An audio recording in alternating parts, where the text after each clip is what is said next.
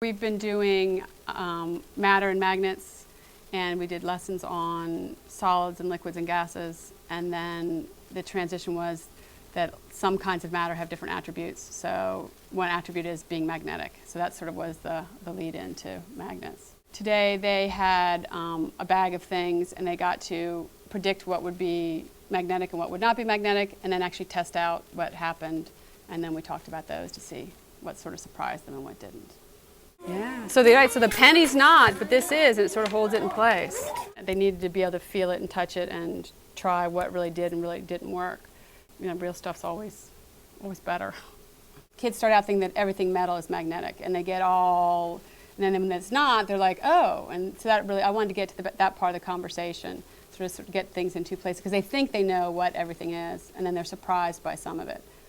I did distinctions with matter and not matter and attribute and not attribute at the beginning of the unit. And it led to a really interesting conversation because that is sort of an amorphous thing.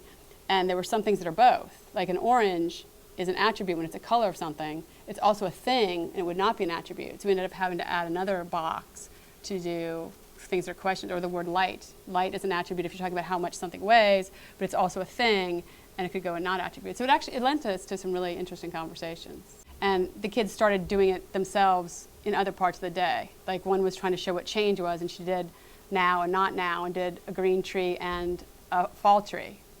And she's only been in the country like 9 months. So that was after one day of doing it. So she adopted it and was able to use it to get her ideas across, which I thought was amazing. The distinctions is by far the easiest, I think. I mean, is or isn't, you know, we start with kids all day. I mean, it's just a matter of doing it in a much more specific fashion. Okay, what's something that's not magnetic, and how'd you know?